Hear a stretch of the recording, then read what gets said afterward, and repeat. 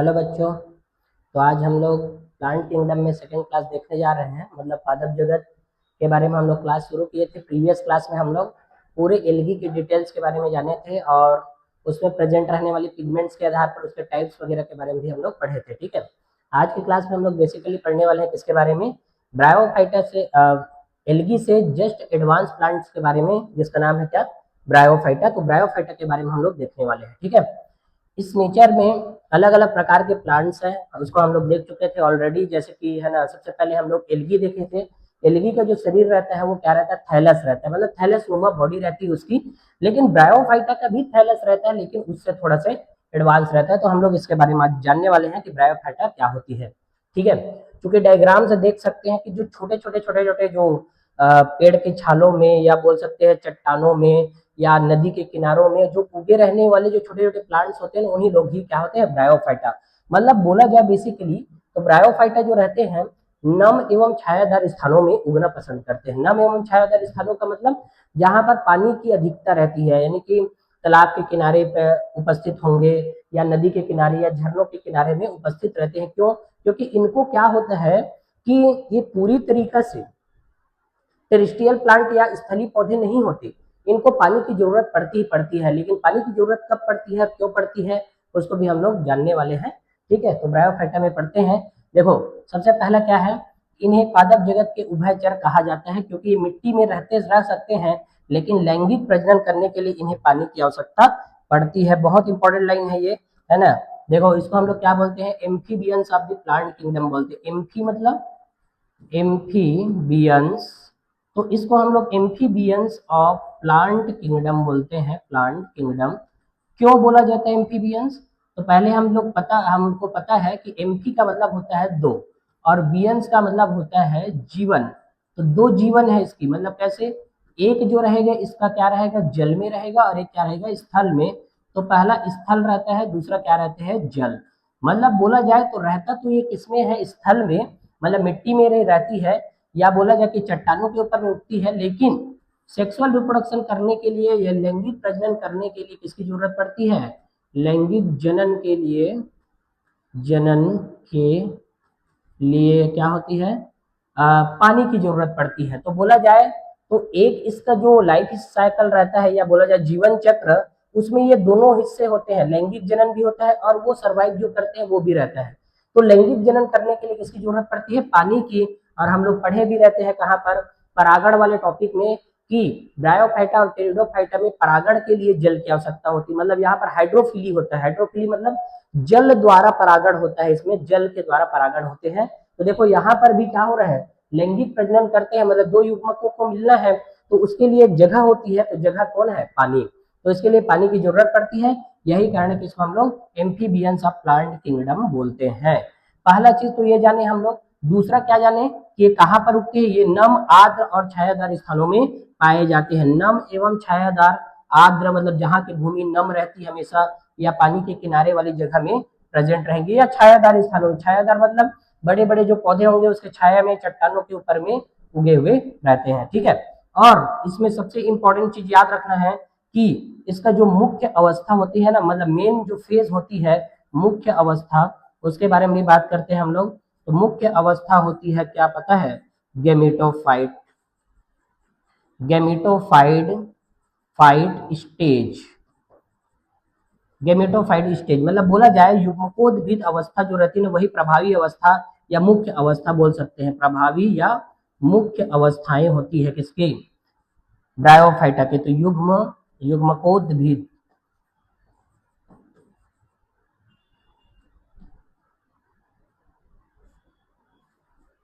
युग्मकोद्भिद होती है अवस्था। तो ये बात हमें याद रखना है। तो सीधा क्वेश्चन पूछेंगे कि ब्रायोफाइटा की मुख्य अवस्था या प्रभावी अवस्था कौन होती है, तो याद रखेंगे गेमेटोफिटिक स्टेज जो रहती है वो क्या रहती है, इसकी प्रभावी अवस्था होती है। मतलब गेमेटोफाइट का मतलब होता है एन कंडीशन वाले लोग क्या होते हैं, इसके लिए सुटेबल होते हैं। तो याद रखना है ब्रायोफाइटा में। और हम लोग यहाँ से बहुत सारे डायग्राम भी देख सकते हैं, समझ सकते हैं कि डायग्राम में क्या क्या दिखाई दे रहा है। देखो, इसमें कोई रूट स्टेम लीफ वगैरह बनी हुई दिखाई नहीं दे रही है, लेकिन प्लांट है ये। ठीक है, क्योंकि इसमें ट्रू लीफ, ट्रू रूट वगैरह सब चीज प्रेजेंट नहीं रहते हैं ना, उन सबको आगे पढ़ने वाले हम लोग। तो देखें, ब्रायोफाइटा शैवाल की तुलना में इसका शरीर अधिक विभेदित होता है। मतलब बोला जाए कि शैवाल से यदि हम तुलना करेंगे तो शैवाल रहता है थैलस, ये थैलस होती है, और थैलस की तुलना में इसका शरीर क्या रहता है, अधिक विभेदित रहता है, मतलब थोड़ा सा ज्यादा एडवांस रहेगा शैवाल की तुलना में। यह थैलस के समान होता है और सतह पर फैला हुआ या सीधा हो सकता है। सतह पर फैला हुआ या सीधा का मतलब जैसे हम लोग देख सकते हैं यहाँ पर इस पेड़ के जो गिरे हुए पेड़ है उसके सतह में है, या तो थोड़ा बहुत है ना ऊपर उठा हुआ हो सकता है, दोनों में से कोई भी हो सकते हैं, ये बात याद रखना है, फैला हुआ है या तो सीधा हो सकता है। उसके अलावा एक कोशिकीय या बहुकोशिकीय राइजोइड्स द्वारा आधार से जुड़ा होता है। तो याद रखेंगे जो राइजोइड्स होती है ना रूट के समान है, ये किसके समान है, रूट के समान। लेकिन याद रखना है एक चीज कि ये रूट नहीं होती, ये रूट के समान है, मतलब इसमें true root, true stem, true leaf वगैरह कोई नहीं रहती, कोई ऐसा नहीं रहता। रूट के जैसा, लीफ के जैसा और पत्तियों के जैसा होता है, लेकिन पत्तियां नहीं होती। तो राइजोइड्स को याद रखना क्या होती है, रूट के समान। और एक चीज और याद रखना कि इसमें ये एक कोश की भी हो सकती है और दूसरा क्या, बहुकोश की भी हो सकती है राइजोइड्स। तो राइजोइड जो होती है, जैसे कि हम लोग यहाँ से डायग्राम में भी देख सकते हैं कि राइजोइड जो होती है ना, यूनिसेलुलर होगी या मल्टीसेलुलर होगी या दोनों होगी, ऐसा कुछ भी हम लोग याद नहीं रखेंगे, वो दोनों चीजें रहती है। अलग से याद नहीं रखेंगे कि एक कोश की होती है ये कि बहुकोश की होती है। अभी हम लोग जब इसका टाइप पढ़ेंगे तो किसमें एक कोश की रहती है, किसमें बहुकोश की होती है, वो भी जानेंगे। लेकिन अभी ये समझना है हमें कि राइजोइड जो रहती है एक कोश की भी हो सकती है, बहुकोश की, मतलब एक ही प्रकार के सेल से बनी हो सकती है या तो बहुत सारे सेल के प्रकार से मिलकर बनी हो सकती है, ठीक है। और राइजोइड द्वारा आधार से जुड़ा हुआ होता है, ठीक है। इसमें वास्तविक जड़, तना या पत्तियां नहीं होती। इसमें जड़ जैसी मतलब रूट लाइक, पत्ती जैसी होती है संरचना, और तने जैसी संरचना, मतलब तना होता नहीं है लेकिन तने जैसी संरचनाएं हो सकती है। पौधे का मुख्य भाग अगुणित होता है, यह युग्मक उत्पन्न करता है और इसलिए से युग्मकोद कोशिक कहते हैं या युग्मकोद भीत कहते हैं। क्यों, क्योंकि यही क्या करता है, युग्मक को उत्पन्न करता है। मतलब इसका मेन प्लांट बॉडी जो रहती है क्या रहती है, अगुणित। अगुणित का मतलब होता है गेमेटोफिटिक स्टेज। चूंकि एनसीईआरटी डायग्राम दिया है यहाँ पर फ्यूनेरिया का, फ्यूनेरिया होती है मॉस, तो इस फ्यूनेरिया में डायग्राम दिया है, उसमें जो नीचे में प्रभावी अवस्था दिखाई दे रही है मेन एक्सिस में राइजोइड्स के द्वारा वो सबस्ट्रेटम या बोल सकते हैं आधार से जुड़ा हुआ है। तो कौन सी स्टेज जुड़ी हुई है यहाँ पर, गेमेटोफाइट जुड़ी है, और इसके ऊपर में ही जुड़ा हुआ है कौन, स्पोरोफाइट। मतलब यहाँ का स्पोरोफाइट इसके गेमेटोफाइट के ऊपर में डिपेंड है। मतलब स्पोरोफाइट स्वतंत्र नहीं होते, जबकि गेमेटोफाइट क्या होती है, स्वतंत्र होती है। और इसी से उत्पन्न होते हैं कौन, स्पोरोफाइट। और हमेशा याद रखना स्पोरोफाइट होते हैं 2n कंडीशन में, गेमेटोफाइट हमेशा n कंडीशन में होते हैं। और इसके लाइफ साइकिल भी हम लोग देखेंगे अभी, ठीक है। स्पोरोफाइट बोलने का मतलब ये है कि उसमें सीटा वगैरह, फूट, सीटा और ये कैप्सूल वगैरह सब रहती है ना। यहाँ पर फूट रहता है, फूट, यहाँ पर फूट, सीटा एंड कैप्सूल में डिवाइडेड रहती है स्पोरोफाइट स्टेज। इसके बारे में हम लोग जानेंगे।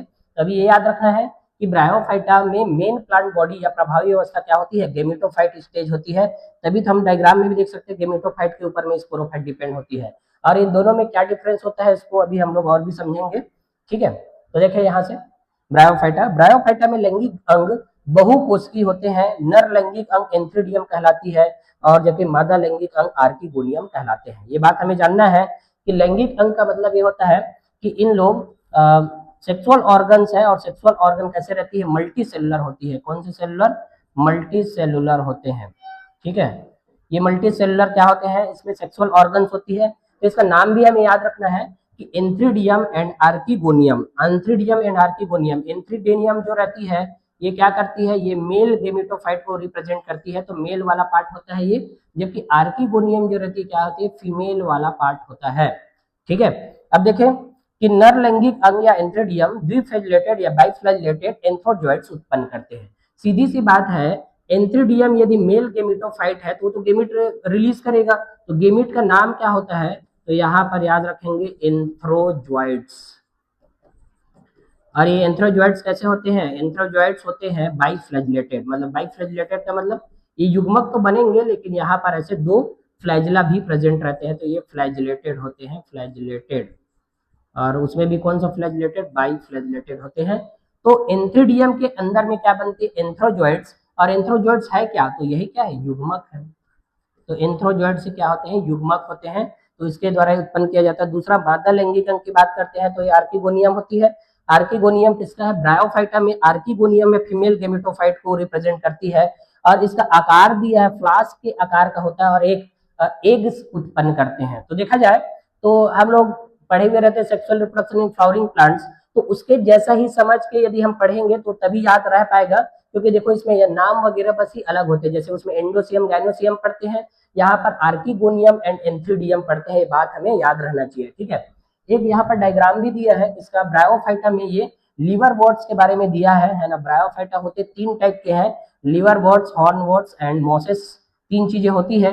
तो लीवर वॉर्ट्स में एक एग्जांपल दिया है एनसीईआरटी ने, तो एक एग्जांपल को याद रखना है, कौन सा, मार्केंशिया को याद रखेंगे। मार्केंशिया, मार्केंशिया क्या होती है, ये होती है लीवर वॉर्ट्स। और इसमें ना मेल एंड फीमेल जो थैलस होते हैं, क्योंकि हम जानते हैं ब्रायोफाइटा का जो मेल प्लांट बॉडी रहता है कैसा रहता है, थैलस रहता है, और एल्गी का भी थैलस रहता है, लेकिन एल्गी से थोड़ा सा एडवांस है ब्रायोफाइटा। तो इसमें मेल एंड फीमेल वाला जो थैलस है ना अलग अलग रहते हैं। तो हम डायग्राम देख के समझ सकते हैं इसको कैसे, कि देखो इसमें अच्छे से सजी सुजाई जब मिलेगी, ये है ना बाल वाल को अच्छे से बना के आई है, तो क्या है वो आर्किगोनियोफोर है। और लड़के लोग को कोई मतलब नहीं रहता, बाल चाहे कैसे भी रहे है ना, आ जाना है ऐसे उठ के।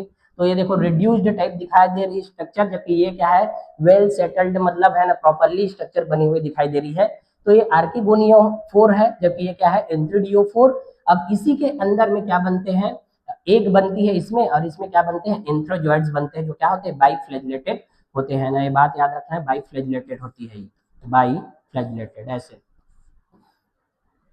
ठीक है। ज्यादातर लैंगिक जनन के जो स्टेजेस हैं उसको हमें अभी पढ़ना भी है, क्योंकि देखो क्या होती है जब आर्किगोनियोफोर के अंदर में एंथ्रोजॉइड्स बनेंगे, एंथ्रोजॉइड्स, तो यही एंथ्रोजॉइड्स क्या करेंगे, इसके अंदर में फ्लैजिला है, फ्लैजिला है तो ये क्या कर सकते हैं, मोटाइल है, मतलब ये इधर से उधर आ सकते हैं।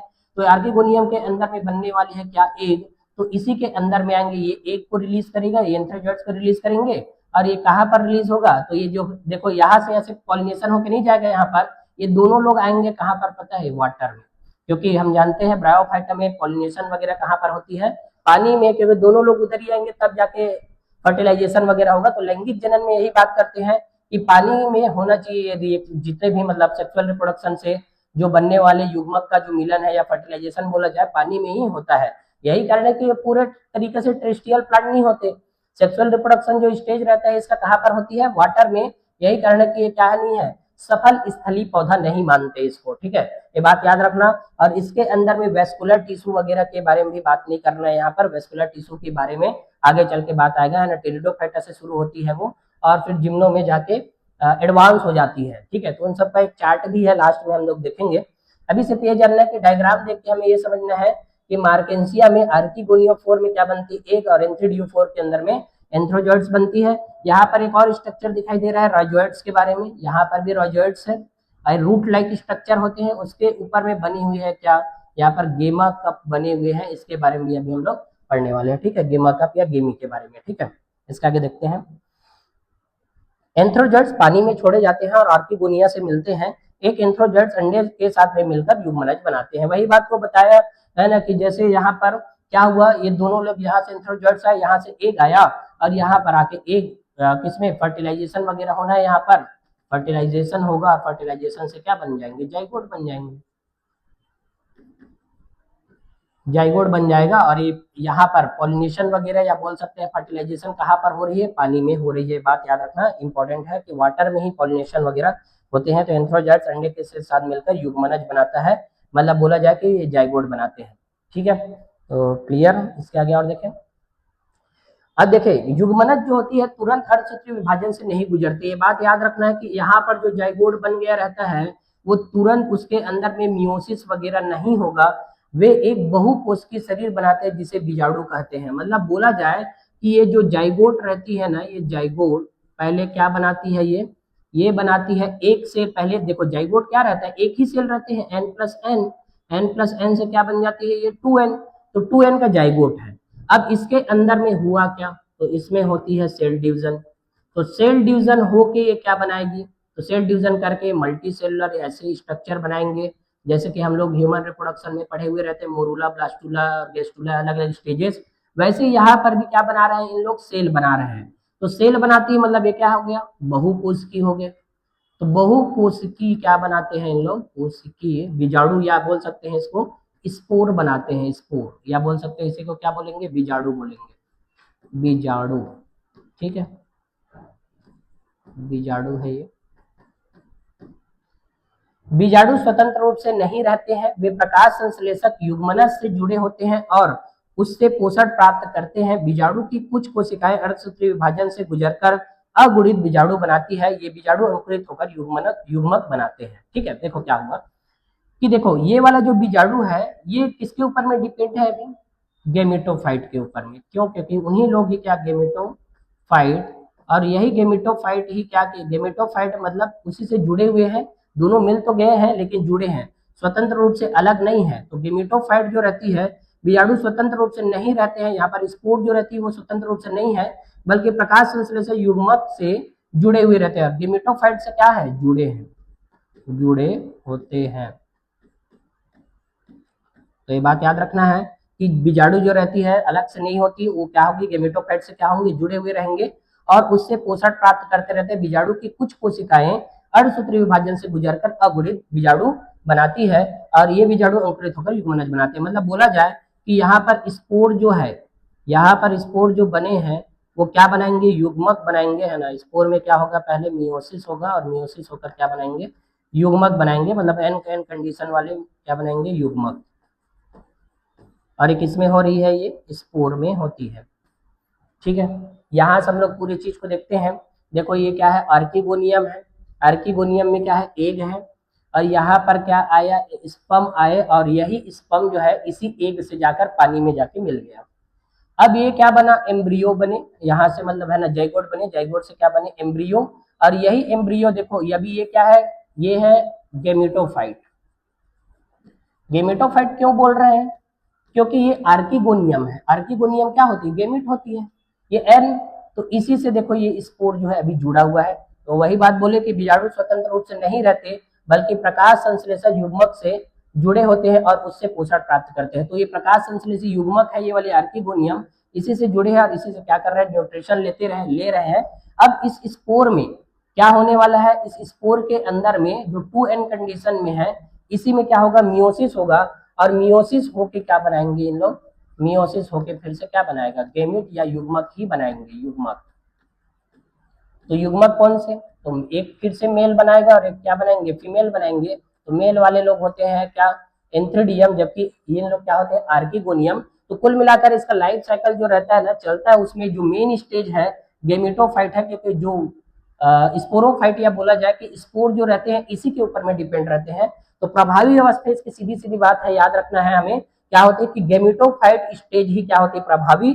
जब भी स्पोर बनेंगे या जब भी स्पोरोफिटिक जनरेशन आएंगे, वो डिपेंड रहेगा किसके ऊपर में, गेमेटोफाइट के ऊपर में। जैसे हम लोग यहाँ से देख सकते हैं, है ना, किसमें, जैसे फ्यूनेरिया है तो उसमें एक जो गेमेटोफाइट है इसी के ऊपर में स्पोरोफाइट जो है डिपेंड है ना, न कि स्पोरोफाइट के ऊपर में गेमेटोफाइट। तो याद रखना कि जो ज्यादा स्ट्रांग रहेगी या जो जिसकी प्रभावी अवस्था रहेगी, है ना, वही उसी के ऊपर में क्या रहेंगे, दूसरे लोग डिपेंड रहते हैं। तो ये बात याद रखना है, ठीक है। और भी जानते हैं इसके बारे में, इसके बारे में क्रिस्टल क्लियर होगा। लास्ट में एक पूरा चार्ट है, चार्ट के बारे में जब हम पढ़ेंगे तो पूरा जानेंगे कि ये सब चीजें जो साइकिल चलती है वो क्या होती है, वो पूरे, ठीक है। तो ये सब चीजें हम लोग समझ गए, है ना। उसके आगे देखिए, ब्रायोफाइटा का महत्व देखते हैं, इकोनॉमिक इंपॉर्टेंस क्या होती है इसकी।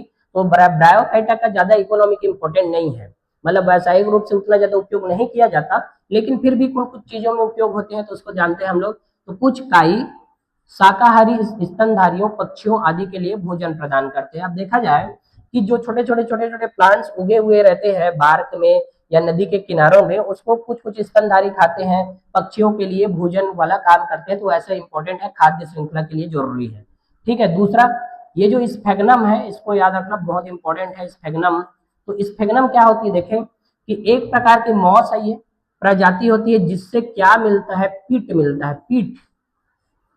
पीट एक पदार्थ का नाम है जो क्या होती है, ज्वलनशील रहती है ये, मतलब है ना, इसका उपयोग जलाने के लिए, कोई चीज को करने के लिए करते हैं। जैसे मान लो इसको, जैसे हम लोग भूसा रहता है ना, जैसे मतलब बहुत छोटा छोटा टुकड़ा होता है, लकड़ी के टुकड़े बन जाते हैं, लकड़ी वाली दुकान में जाएंगे तो वैसी टाइप का रहता है, जलाने में सहायक होती है। और वाटर जो होल्डिंग कैपेसिटी होती है, मतलब जल धारण क्षमता इसकी बहुत ज्यादा रहती है स्फेग्नम की। यही कारण के पदार्थों को पैकेजिंग वगैरह करके इधर से उधर ट्रांसफर करते हैं। तो बात याद रखना कि स्फेग्नम एक प्रकार की मॉस है।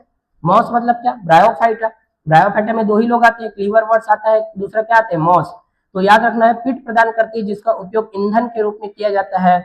इससे जल धारण करने इसमें जल धारण करने की क्षमता होती है, इसलिए इसका उपयोग जीवित पदार्थों के परिवहन के लिए पैकेजिंग सामग्री के रूप में भी किया जाता है। देखो चूंकि ये वाटर होल्डिंग कैपेसिटी है, जल धारण क्षमता मतलब बाहर की नमी को खुद ही एब्जॉर्ब कर लेगा, वस्तुओं को खराब नहीं होने देता है, इसीलिए इसका उपयोग है ना ट्रांसपोर्ट करने के लिए, जीवित पदार्थ मतलब कुछ कुछ जीवों को इधर से उधर ट्रांसपोर्ट करना है तो उसके लिए यूज किया जाता है। जैसे है ना कोई एक जगह से दूसरे जगह रिसर्च करने के लिए कोई जाता है प्रजाति, तो उसको पैक करके लेके जाते हैं, तो स्फेग्नम के अंदर में पैक किया जाता है। दूसरा ईंधन के रूप में यूज करते हैं, जैसे लकड़ी रहता है ना, लकड़ी ईंधन के रूप में यूज होता है, वैसे ही पिट भी क्या होता है, ईंधन के रूप में यूज किया जाता है इसका भी। तो याद रखना कि पिट किससे प्रदान किया जाता है वाला क्वेश्चन कई बार पूछा गया नीट, है ना। तो याद रखना पिट किससे मिलती है, स्फेग्नम से मिलती है, और इस टाइप की दिखाई देती है पिट जो रहती है। हमारे इधर के जंगल वगैरह में भी दिखाई देते हैं इस टाइप के जो रहती है।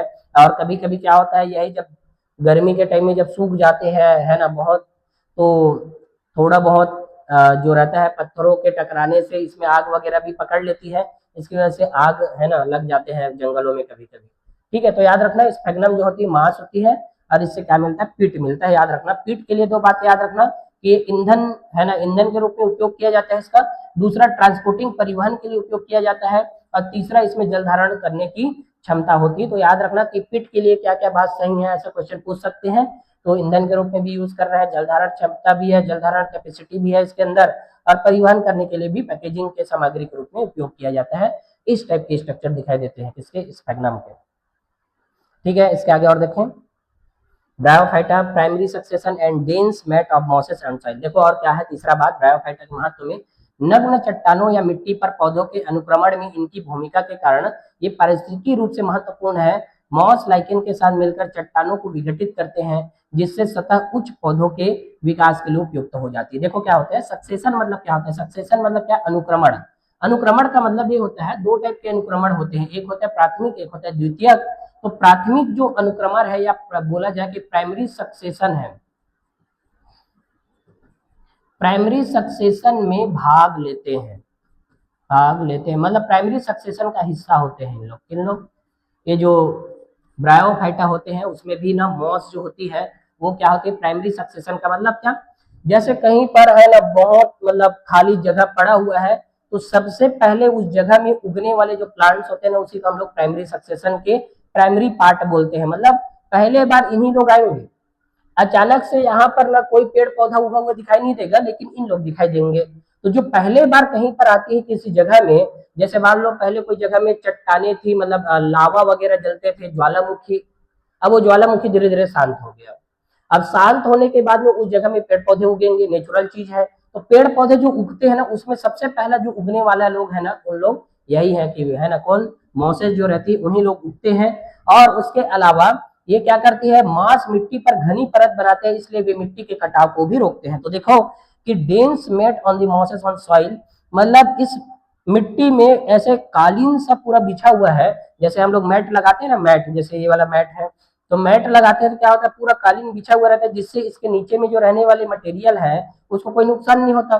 तो मिट्टी में कालीन से जब ये बिछते हैं तो कोई प्रकार का मिट्टी को नुकसान नहीं होता, तो सॉइल इरोशन से बचाते हैं। सॉइल इरोशन का मतलब मृदा अपक्षरण। अब देखो हवा चलती है तो मिट्टी उड़ जाता है, बहुत तेज बरसात होती है मिट्टी बह के चली जाती है दूसरे जगह में, है ना। उसके अलावा और कोई ना कोई पशु जानवर वगैरह है ना नुकसान पहुंचाते रहते हैं। तो कुल मिलाकर मिट्टी की जो उपजाऊ क्षमता है उसको मेंटेन करती है, तो मैट के रूप में बिछी हुई रहती है कौन, मॉसेस। तो ये भी इकोनॉमी की इंपॉर्टेंस होती है किसकी, ब्रायोफाइटा की। तो याद रखना मैट या कालीन से जो बिछाता है, म से याद रखना मैट, मैट से याद रखना मॉसेस जो होती है वही करती है। ठीक है, दूसरा और क्या याद रखना है यहाँ से, मॉस जो रहती है प्राइमरी सक्सेशन में तो हेल्प करती है, लेकिन किसके साथ में मिलकर, लाइकेन के साथ में मिलकर, क्योंकि लाइकेन जो होती है एल्गी और फंजाई।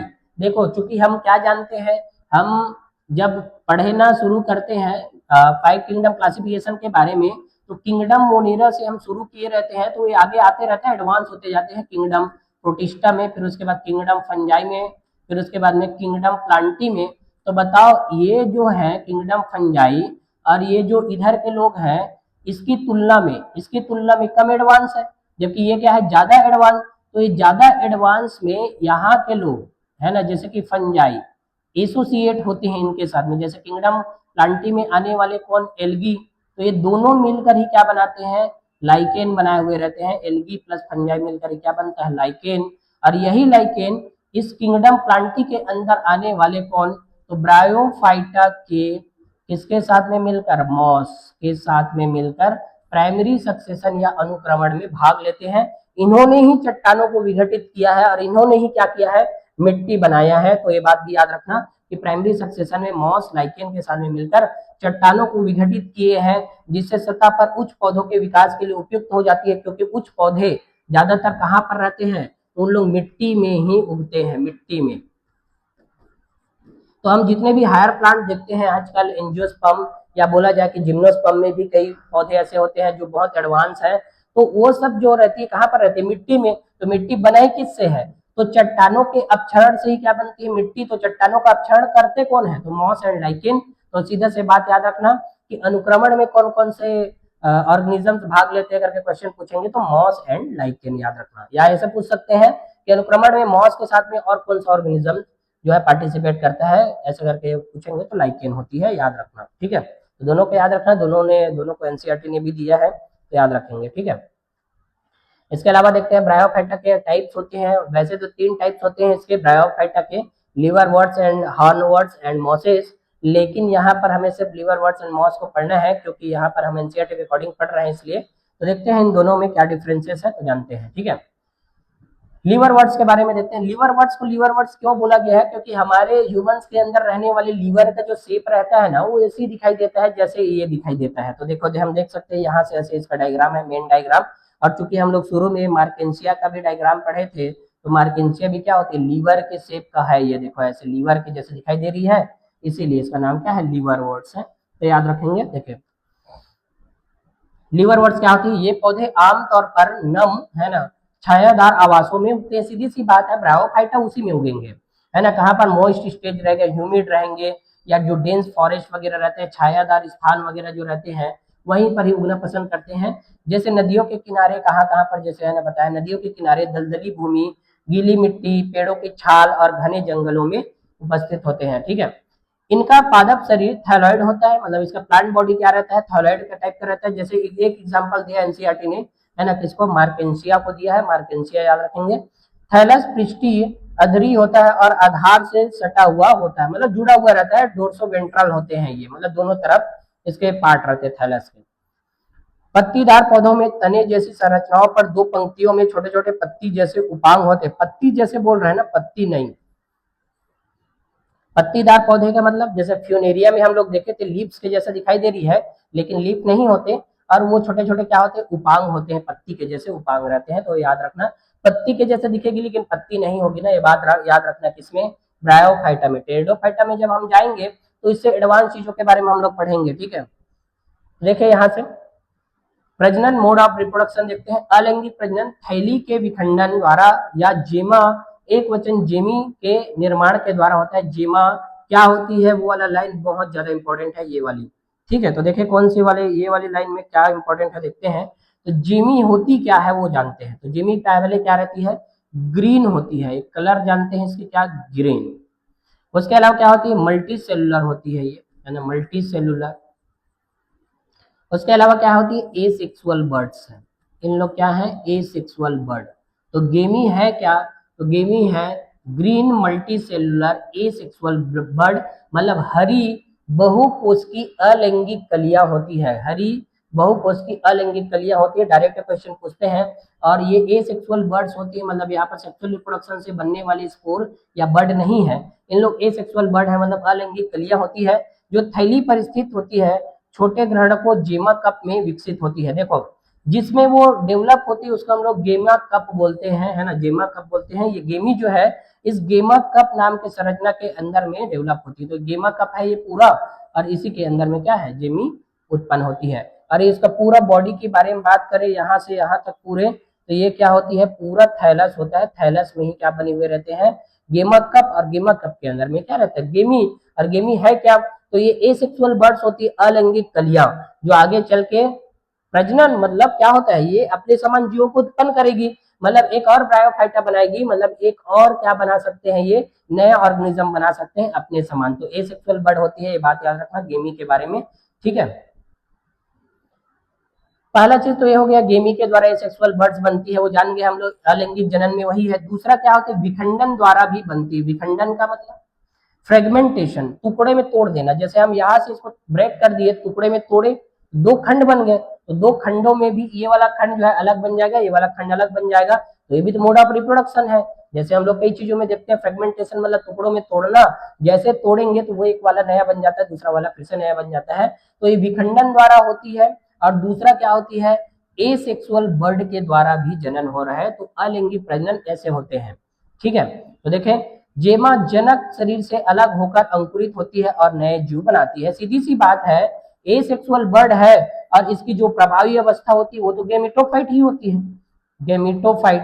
तो गेमेटोफिटिक जो जनरेशन होती है वही तो स्वतंत्र रूप से जीवित रहती है, तो वही क्या हो जाती है, अलग हो जाती है, अलग होकर एक नया ऑर्गेनिज्म बना देती है या नया ब्रायोफाइटा बना देते हैं। तो ये बात याद रखना, जेमा के लिए जो बात बोले वो है ना आते रहते हैं, इंपॉर्टेंट है, बहुत इंपॉर्टेंट है, ठीक है। उसके अलावा और आगे देखें, लैंगिक प्रजनन की बात करते हैं लिवर वर्ड्स में। नर और मादा लैंगिक अंग एक ही या अलग अलग थैली पर उत्पन्न होते हैं। अब ये क्या बात हो गया, हम अभी पढ़ रहे हैं लिवर वर्ड्स के बारे में। तो लिवर वर्ड्स में जो लैंगिक अंग होते हैं, अभी दो चीजें देखें, है ना, जैसे मार्केंसिया को देखें हम लोग, मार्केंसिया है ना, मार्केंसिया, इसमें क्या था, एक प्लांट बॉडी में है ना मेल था और एक प्लांट बॉडी में क्या है, फीमेल। मेल एंड फीमेल अलग अलग थे, एक में आर्किगोनियोफोर थी और एक में एंथ्रीडियोफोर थे। तो ये मार्केंसिया क्या थी, अलग अलग, मतलब ये बोल सकते हैं कि अलग अलग लैंगिक अंग है, मतलब अलग अलग पौधे में है, अलग अलग ब्रायोफाइटा में है, अलग अलग प्लांट में। लेकिन यहाँ पर दो बात बोल रहे हैं क्या, नर और मादा लैंगिक अंग एक ही पर भी हो सकते हैं और अलग अलग थैली में हो सकते हैं। तो मार्केंसिया में तो अलग अलग है, ये जान गए हम लोग और एनसीईआरटी ने भी दिया है। लेकिन कुछ और प्लांट होते हैं इसी में, जैसे कि रिक्सिया। तो रिक्सिया में क्या होती है पता है, ये एक ही में रहते हैं, मतलब बाइसेक्सुअल टाइप रहते हैं, मतलब मेल और फीमेल पार्ट दोनों एक ही में रहता है, किसमें, रिक्सिया में। जबकि मार्केंसिया में क्या होती है, अलग अलग पौधों में होते हैं। तो देख रहे हैं इन लोग क्या करते हैं, तो बीजाणु एक पैर मतलब है ना, फूट के बारे में बोल रहा है, फूट, और दूसरा एक सीटा बनाती है, ये सीटा, और एक कैप्सूल में विभाजित होते हैं।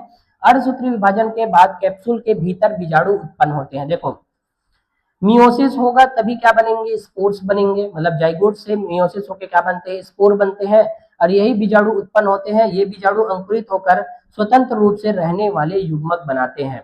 मतलब देखा जाए कि ये जो रहती है बीजाणु, जब तक इसको बड़ा होना रहेगा तब तक वो गेमेटोफाइट से जुड़े हुए रहेंगे, और जैसे वो पूरी तरीके से मेच्योर हो जाएगा, ये स्वतंत्र रूप से रहने वाले क्या बनाने वाले हैं, इन लोग युग्मक बनाते हैं।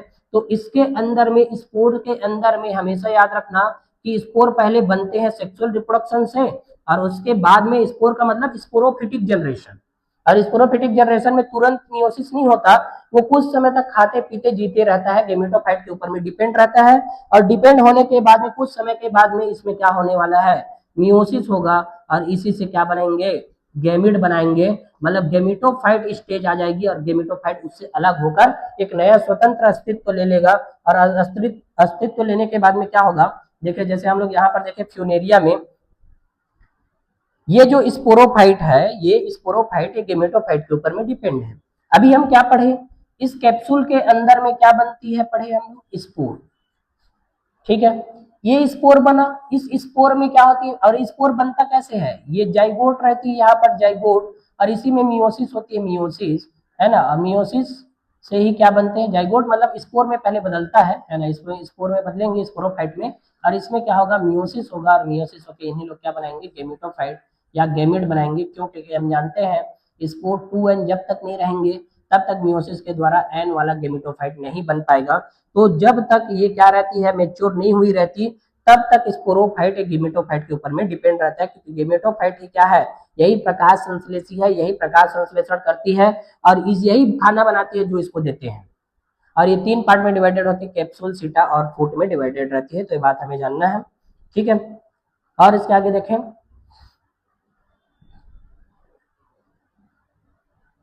ठीक है, इसके आगे देखें मॉस के बारे में। लीवर वर्ड्स के बारे में हम लोग देख चुके हैं। अब अगला क्या है, मॉस के बारे में देखते हैं। तो मॉसेस क्या होती है? मॉस के जीवन चक्र की प्रमुख अवस्थाएं क्या होती है? गेमेटोफाइट ही है, सीधी सी बात है, ये बात तो हमें जानना ही है।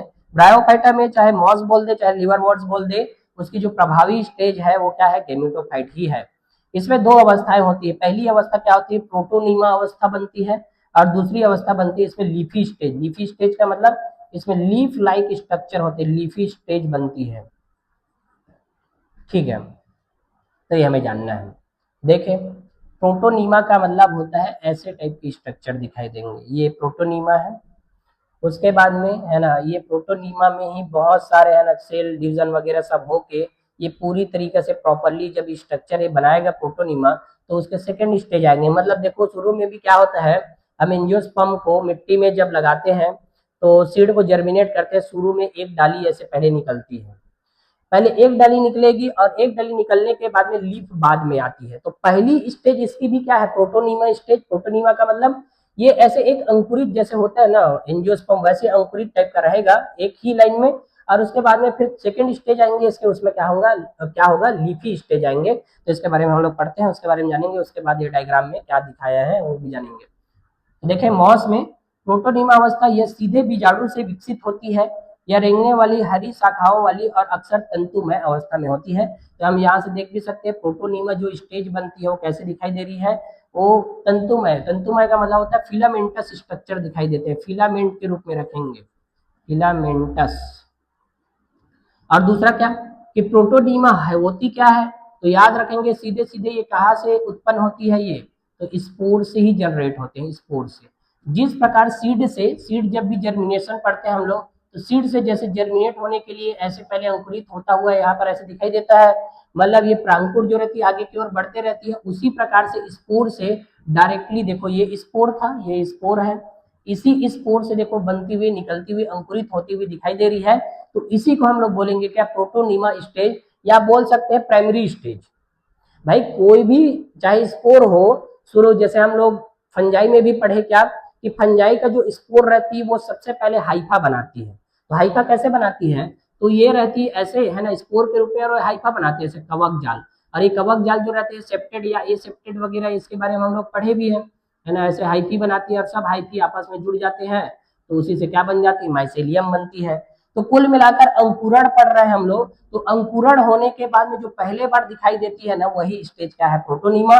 और उसके बाद जो स्टेज दिखाई देती है वो क्या है? पत्ती है। क्यों? क्योंकि अभी तक तो हम लोग एल्गी पढ़ लिए और उधर बाकी सब चीज पढ़ लिए, उधर कुछ भी नहीं हो रहा था ऐसा। इसी में ही पहले बार क्या होने लग गया कि प्रोटोनीमा स्टेज बनने के बाद में लीफी स्टेज आने लग गई, मतलब ये इवोल्यूशन हो रहा है। मतलब देखें कि प्लांट में पहले थैलस था, एल्गी में तो कुछ ऐसा स्ट्रक्चर या ऐसा टाइप के हम लोग बात ही नहीं किए थे उसमें। तो इसमें हो रहा है, मतलब क्या हो रहा है? इधर डेवलपमेंट हो रही, मतलब विकास हो रही है। तो याद रखना ये सीधे सीधे बीजाणु से ही क्या हो रही है? उत्पन्न होती है।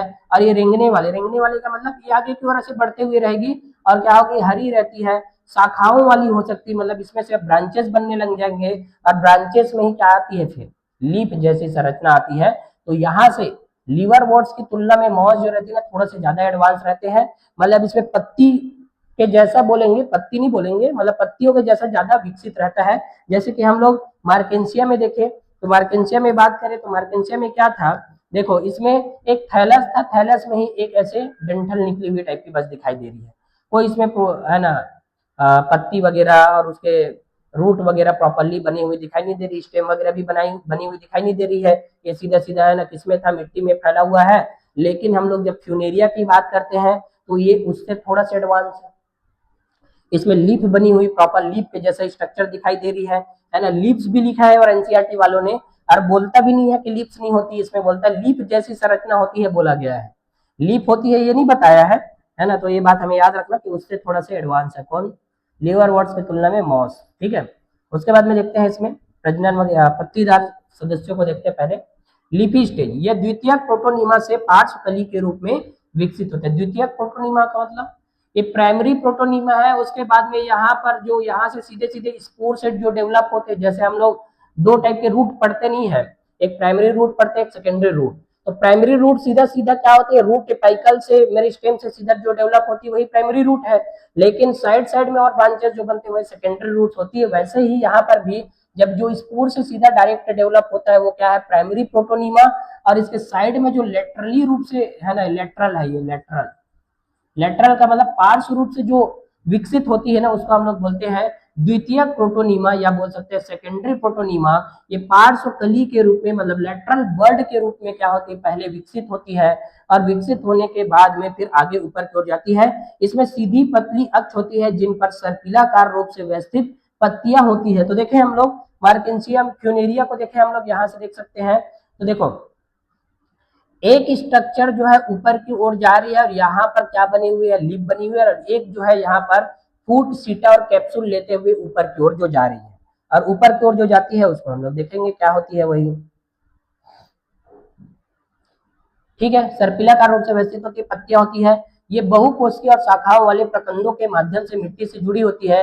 इस अवस्था में लैंगिक अंग होते हैं। तो देखो यहाँ पर कि इस स्टेज में क्या होती है, लैंगिक स्टेज, मतलब बोला जाए कि प्रोटोनीमा स्टेज में तो शुरुआती स्टेज है, तो इसमें कोई लैंगिक वगैरह विकसित नहीं होंगे। तो बाद में जो स्ट्रक्चर बनती है, लीफी स्ट्रक्चर या लीफी स्टेज, इसमें क्या होती है, लैंगिक अंग विकसित होते हैं। जैसे हम लोग एंजियोस्पर्म में पढ़ते हैं ना, पहले रूट, स्टेम, लिप्स, फिर उस समय के बाद में लेटरल बर्ड्स वगैरह बनते हैं, वहीं से फ्लावर जनरेट होते हैं। और फ्लावर ही क्या होती है, सेक्सुअल अंग होती है, सेक्सुअल ऑर्गन होती है किसका, प्लांट का। वैसे ही यहाँ पर भी क्या होती है, सेक्सुअल ऑर्गन बनते हैं, लेकिन बाद में बनती है कब, जब कुछ समय हो जाता है उसके बाद में बनती है। ठीक है, तो याद रखेंगे इसको, है ना। उसके अलावा और देखें यहाँ पर, है ना, शाखाओं को वाले प्रकंद वाले के माध्यम से भी बोला है ना, ये क्या है, राइजोइड्स है। यहाँ पर भी क्या, जो राइजोइड्स है क्या है, मल्टी सेलुलर है, ये मल्टी सेलुलर राइजोइड्स होते हैं ना, ये बात याद रखना। किसमें, ये जो है ना मोसेस पढ़ रहे हैं उसमें, ठीक है, ये बात हमें याद रखना, उसी से जुड़ी हुई रहती है मिट्टी से, राइजोइड से, रूट तो नहीं है, तो राइजोइड रहती है इसमें, तो ये बात याद रखना। इसके अलावा और देखें, कायिक प्रजनन के बारे में बात करते हैं। प्रजनन में मतलब है ना वेजिटेटिव रिप्रोडक्शन में कायिक प्रजनन द्वितीयक प्रोटोनीमा में विखंडन और मुकुलन द्वारा होता है। तो दो प्रकार से यहाँ पर क्या हो सकते हैं, वेजिटेटिव रिप्रोडक्शन हो सकती है। वेजिटेटिव रिप्रोडक्शन कितने टाइप के हैं, दो टाइप के। एक पहला क्या, फ्रेगमेंटेशन है, मतलब विखंडन, फ्रेगमेंटेशन। तो फ्रेगमेंटेशन किसका होगा, तो सेकेंडरी प्रोटोनीमा जो बना था ना, सेकेंडरी प्रोटोनीमा जो लेटरल बर्ड से, उसी का ही होगा प्रोटोनीमा, उसी क्या होगा, वही क्या होगा, फ्रेगमेंटेशन, या टुकड़ों में जब टूटेंगे तो उसी से नया बन जाएगा। उसके अलावा सेकेंडरी प्रोटोनीमा में कहीं मान लो बर्ड बन गए, तो बर्ड बनने को ही हम लोग क्या बोलते हैं, मुकुलन। मुकुलन का मतलब जैसे हाइड्रा में होता है बडिंग, बडिंग द्वारा, मुकुलन द्वारा जो रिप्रोडक्शन होती है, वैसे ही सेकेंडरी प्रोटोनीमा में दो तरीका से, या तो टूट जाएगा तब, या तो उसमें बर्ड बन जाएंगे, उसके द्वारा भी कायिक जनन हो सकता है। ये बात भी हमें जानना है, ठीक है। उसके बाद में आगे देखें, लैंगिक प्रजनन के बारे में बात करते हैं। पत्तीदार शाखाओं के शीर्ष पर एंथ्रिडिया और आर्किगोनिया उत्पन्न होते हैं। निषेचन के बाद युग्मनज एक बीजाणु में विकसित होता है, जिससे एक फूट सीटा और कैप्सूल होता है, जिसमें एक फूट सीटा कैप्सूल रहते हैं, है ना। हम लोग अभी फ्यूनेरिया का डायग्राम भी देखें, तो पत्तीदार शाखाओं के शीर्ष पर एंथ्रिडिया और आर्किगोनिया दोनों उत्पन्न हो रहे हैं, ठीक है। एंथ्रिडिया और आर्किगोनिया, और यहाँ पर निषेचन होता है। तो निषेचन तो हम जानते हैं जल में ही होता है, वाटर के अंदर में। तो निषेचन के बाद क्या बनती है, उससे जाइगोट और एक बीजाणु में विकसित हो जाते हैं, मतलब स्पोर बन जाते हैं, स्पोरोफिटिक जनरेशन आ जाती है, जिसमें एक फूट सीटा और कैप्सूल होते हैं। मॉस में बीजाणु लिवरवर्ट्स की तुलना में अधिक जटिल होते हैं। याद रखना, स्पोरोफाइट जो रहती है, स्पोरोफाइट, वो क्या रहती है, अधिक जटिल रहती है। अधिक जटिल का मतलब और थोड़ा एडवांस हो जाती है, क्योंकि लिवर वर्ड्स में इतना एडवांस नहीं रहता है जितना किसमें रहती है, मॉसेस में। तो मास में बीजाणु लिवर की तुलना में अधिक जटिल होते हैं। कैप्सूल में बीजाणु होते हैं, और बीजाणु अर्धसूत्री विभाजन के बाद में बनते हैं। मॉस में बीजाणु फैलाव की एक जटिल प्रक्रिया होती है। तो देखें, हम जानते हैं कि स्पोरोफाइट जो रहती है कौन से कंडीशन में रहेगी और किससे मिलकर बनी रहती है, तो वो बनी हुई रहती है जाइगोट से। जब भी फर्टिलाइजेशन होगा, सेक्सुअल रिप्रोडक्शन से फर्टिलाइजेशन, तो जाइगोट बनेंगे। और ये जाइगोट किसमें बदल जाती है, स्पोरोफाइट में, या बोल सकते हैं बीजाणुद्भिद अवस्था में। और बीजाणुद्भिद अवस्था में क्या होती है, मियोसिस होगी, और मियोसिस होके फिर से क्या बनाएगी, ये गेमेटोफाइट या गेमेट्स बनाएंगे। और यही गेमेट्स जो रहेगी वही क्या बनेगी, मेन प्लांट बॉडी बन जाएगी, किसकी, मॉसेस की। मेन प्लांट बॉडी है ये। और इसका जो फैलाव रहता है ना, डिस्पर्सल जो रहता है, ये कॉम्प्लेक्स प्रोसेस होती है या जटिल प्रक्रिया होती है, ये बात भी हमें जानना है।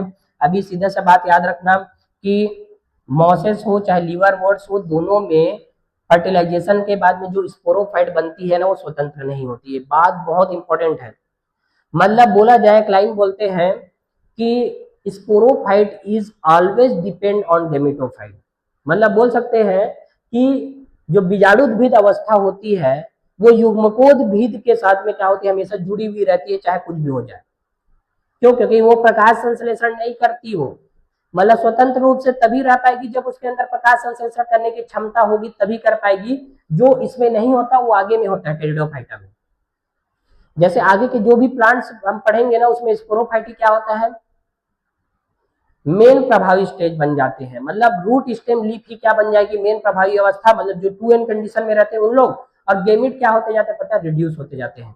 तो याद रखना, सिर्फ ब्रायोफाइटा बस में गेमेटोफिटिक जनरेशन ही क्या होती है, इफेक्टिव स्टेज होती है, मतलब प्रभावी अवस्था। उसके अलावा आगे में नहीं होने वाले इन लोग।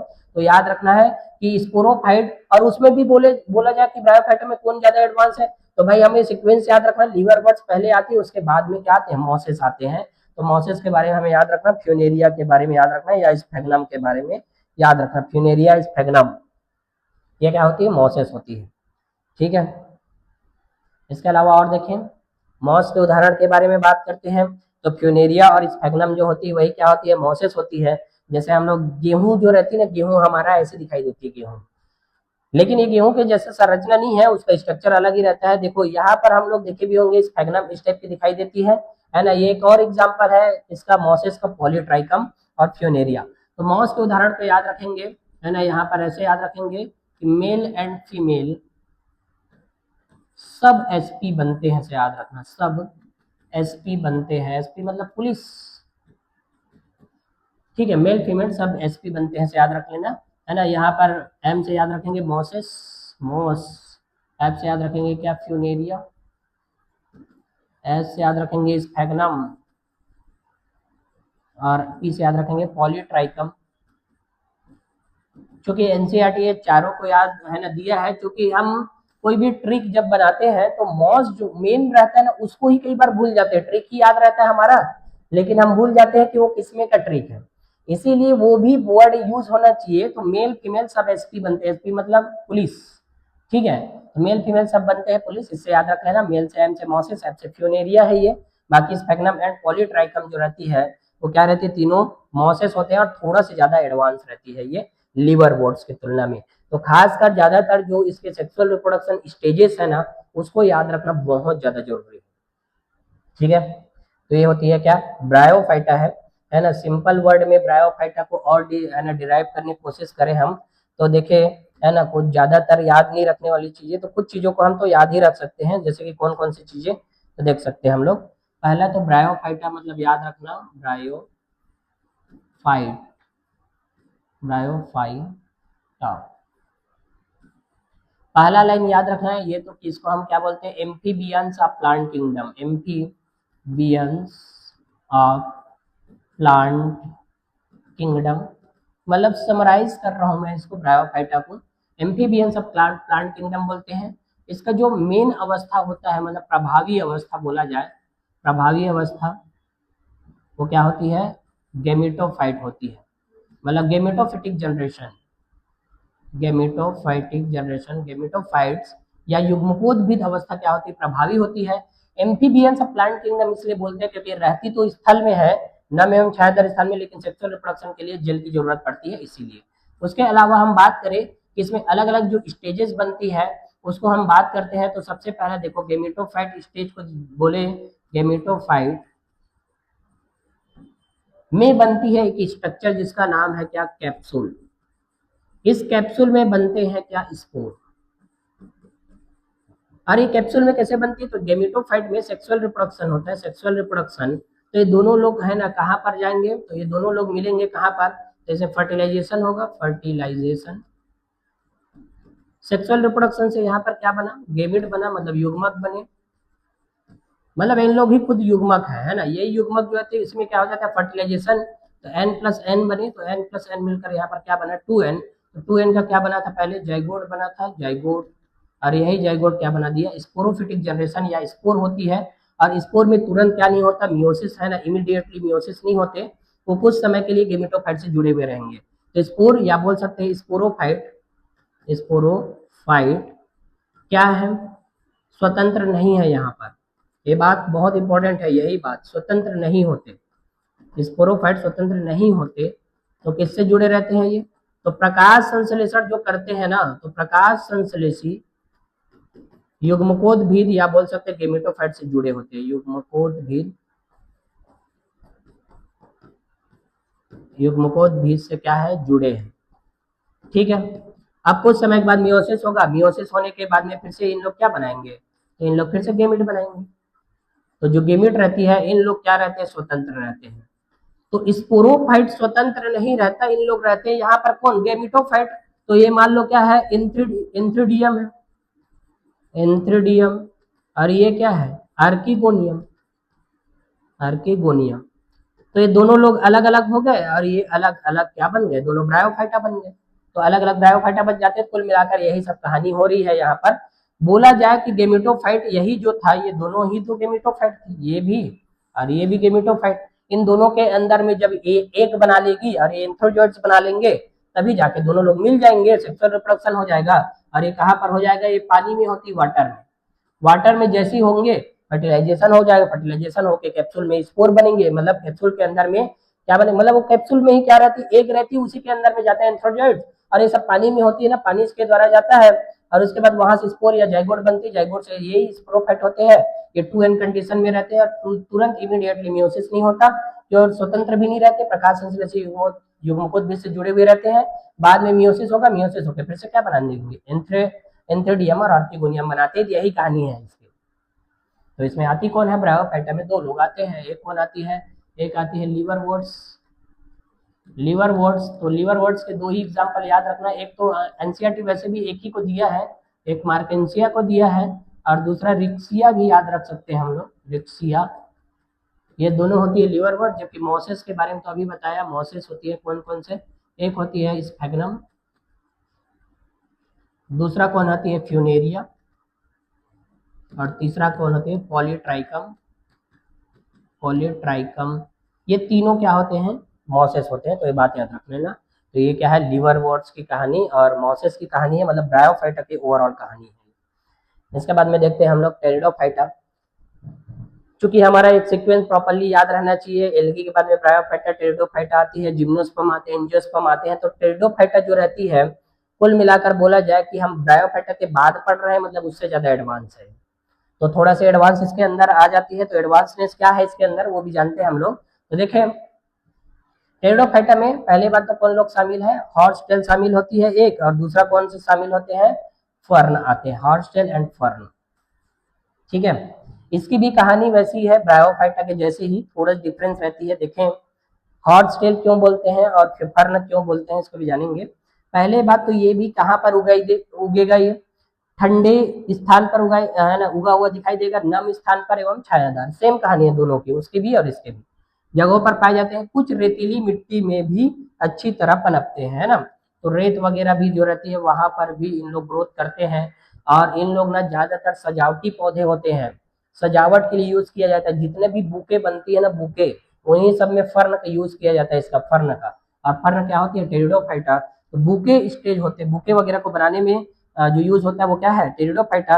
विकासवादी दृष्टि से देखें तो संवहनी उत्पो जाइलम और फ्लोएम वाले पहले स्थलीय पौधे हैं। देखो, इससे पहले हम लोग कोई भी चीज पढ़े हैं, उन किसी में भी जाइलम फ्लोएम इन सब के बारे में बात ही नहीं किए थे, वेस्कुलर टिश्यू के बारे में। तो वेस्कुलर टिश्यू का मतलब, संवहनी उत्तकों का मतलब ही क्या होता है, जाइलम एंड फ्लोएम। तो पहले बार जाइलम और फ्लोएम वगैरह जो आया था, वो कहाँ पर आए थे, तो टेरिडोफाइटा में आए थे। और प्रथम संवहनी उत्तक जाइलम और फ्लोएम वाले पहले स्थलीय पौधे हैं। लेकिन एक बात बोलेंगे कि टेरिडोफाइटा स्थलीय पौधे हैं, तो बोल दिए स्थलीय पौधे, लेकिन हमें यहाँ पर बताना पड़ेगा कि पूर्ण स्थलीय पौधे हैं कि आंशिक। तो स्थलीय पौधे तो है, लेकिन पूर्ण नहीं है, पूर्ण नहीं। तो इसका रीजन क्या है, इसको क्या हो गया, इसका रीजन क्या होता है पूर्ण स्थलीय पौधे ना होने का।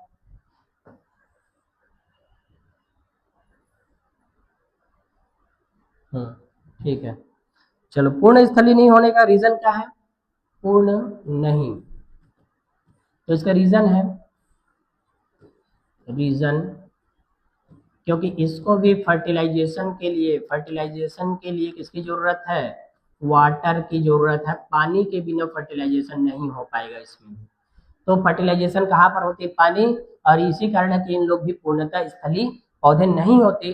टेरिडोफाइटा, इसका प्रभावी स्टेज को याद रखना भाई इंपॉर्टेंट है। जैसे उसका इंपॉर्टेंट है प्रभावी स्टेज, तो यहाँ पर भी इसका प्रभावी स्टेज क्या हो जाएगा? इस बार उल्टा हो जाएगा, इस बार हो जाएंगे स्पोरोफाइट, मतलब बोल सकते हैं बीजाणुद्भिद प्रवस्था जो होती है वही इसकी प्रभावी अवस्था हो जाती है किसके? टेरिडोफाइटा की। और चूंकि टेरिडोफाइटा में पूंछ जैसी स्ट्रक्चर दिखाई देती है, यही कारण है कि इसको हम लोग रेप्टाइल ऑफ प्लांट किंगडम बोलते हैं। रेप्टाइल्स, जैसे कि सांप वगैरह में पूंछ रहती है ना, घड़ियाल वगैरह में पूंछ रहते हैं, वैसे ही इसमें भी हॉर्स टेल जो है ना, देखो पूंछ के जैसा हॉर्स टेल, टेल का मतलब पूंछ, तो पूंछ जिसमें रहती है इसीलिए उसका नाम दिया गया रेप्टाइल्स ऑफ प्लांट किंगडम बोलते हैं। जबकि उसको क्या बोलते थे? एम्फीबियंस ऑफ प्लांट किंगडम बोलते थे। किसको?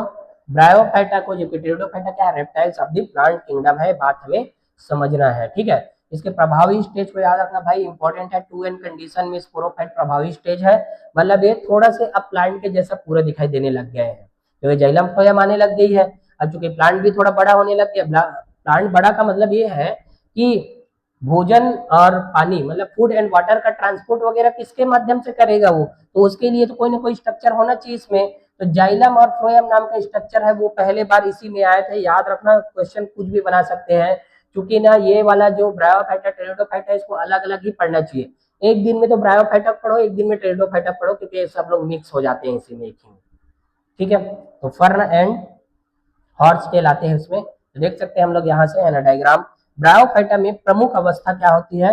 है ना, प्रमुख अवस्था गेमेटोफाइट लिख दे, गलत है ये, गेमेटोफाइट नहीं स्पोरोफाइट होती है, स्पोरोफाइट। अच्छा, ये ब्रायोफाइटा कहाँ से आ गया? टेरिडोफाइटा, अच्छा हाँ। ठीक ठीक ठीक, सही सही। देखो, ब्रायोफाइटा में क्या होती है? प्रमुख स्टेज गेमेटोफाइट होती है। टेरिडोफाइटा में प्रमुख अवस्था पौधे का मुख्य भाग मतलब स्पोरोफाइट होता है। मतलब कंपैरिजन बोले हैं, पहला लाइन बोला है कि ब्रायोफाइटा में गेमेटोफाइट होती है, तो इसमें क्या होती है? स्पोरोफाइट स्टेज जो रहती है प्रभावी होती है। यहाँ पर वास्तविक जड़, तना और पत्ती में विभाजित होती है। इन अंगों को सुस्पष्ट संवहनी ऊतक होते हैं। बात याद रखना कि ब्रायोफाइटा में पत्ती के जैसा, तने के जैसा, जड़ के जैसा संरचना होती है, जबकि इसमें तना भी होता है, जड़ भी होते हैं, पत्ती भी रहती है, और इसमें संवहनी ऊतक होते हैं। तो पहले बार संवहनी ऊतक किसमें आया पूछेंगे, तो टेरिडोफाइटा में आया है, वो ये बात याद रखना। टेरिडोफाइटा में पत्तियां छोटी माइक्रोफिल्स होती है, जैसे कि सिलेजिनेला में, या बड़ी या माइक्रोफिल्स हो सकती है। अब देखें ये क्या कहानी है। तो इसकी कहानी ऐसी है कि हम जानते हैं कि पत्ती के बारे में जब बोलेंगे ना, तो पत्ती बोलेंगे, किसी में क्या रहेगी? छोटी। तो छोटी को हम लोग बोलते हैं, छोटी को माइक्रो बोलते हैं, माइक्रो। तो और पत्ती के लिए वर्ड यूज करते हैं फिल्स, तो माइक्रोफिल्स, माइक्रोफाइल, फिल। और जबकि किसी किसी में क्या होती है? पत्ती बड़ी रहेगी, तो पत्ती बड़ी रहेगी, तो इसको हम लोग क्या बोलेंगे? मैक्रोफिल्स बोलेंगे। Macro, MACRO file. तो दोनों का एग्जाम्पल भी दिया है एनसीईआरटी ने, है ना, कौन सा? तो टेरिडोफाइटा में किसी में क्या रहती है? पत्तियां छोटी रहती है, तो छोटी पत्ती वाले लोग कौन है? तो एग्जाम्पल है इसके कौन? तो सिलेजिनेला। सिलेजिनेला में पत्तियां क्या है? छोटी। जबकि इसमें मैक्रो फिल्स वाले में किसमें आएंगे? एग्जाम्पल क्या आएंगे? फर्न। ये डायग्राम हम देख सकते हैं, ये डायग्राम दिखाई दे रहा है, ये सिलेजिनेला का डायग्राम है, ओरिजिनल डायग्राम एनसीईआरटी वालों ने दिया है, वो डायग्राम है, और वो फर्न है। इसमें की जो पत्तियां है, फर्न की पत्तियां बड़ी है, और इसकी पत्तियां क्या है? छोटी। लेकिन इसका जो तना रहता है ना, तना, इसका तना बड़ा रहता है, तना बड़ा, जबकि इसके तना क्या रहता है पता है? छोटा रहता है। तना छोटा लेकिन पत्ती बड़ी, तना छोटा लेकिन पत्तियां बड़ी, है ना। ये वाला जो है ये पूरा पत्ती, एक पत्ती रहता है, स्प्लिटिंग हो गए रहते हैं, इसलिए बहुत सारी पत्तियां दिखाई देती है।